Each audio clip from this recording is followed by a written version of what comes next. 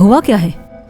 इतने अमीर होने के बावजूद भी एक सादे से ड्रेस के लिए इतना तमाशा बना दिया। अब इस बारे में बात करने की कोई जरूरत नहीं। छोड़ दो इस मामले को और जाकर मेज तैयार करो जल्दी। बिल्कुल नहीं। ये सब होने के बाद तो मैं उनके सामने बिल्कुल भी नहीं जा सकती। ये होने के बाद? हाँ, ऐसा कुछ भी नहीं हुआ है, सुना है तुमने? अगर ऐसा कुछ हुआ तो तुम यहाँ नहीं बाहर सड़क पे होती। तुम्हें जाकर करीम साहब की इंसानियत को दुआएं देनी चाहिए। करीम साहब की जिंदगी मेरे बाबा की मकरूज है, इसीलिए इस घर से कोई भी मुझे और मेरी अम्मी को बाहर नहीं निकाल सकता।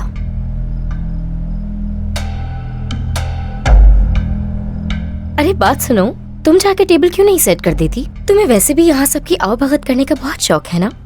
ये करने से शायद तुम्हारे बॉस इम्प्रेस हो जाएं।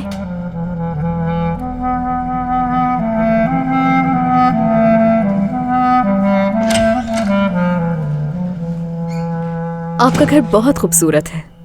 बहुत शुक्रिया। मुझे तो ऐसे बड़े घरों में पूरी फैमिली के साथ इकट्ठे रहना बहुत अच्छा लगता है।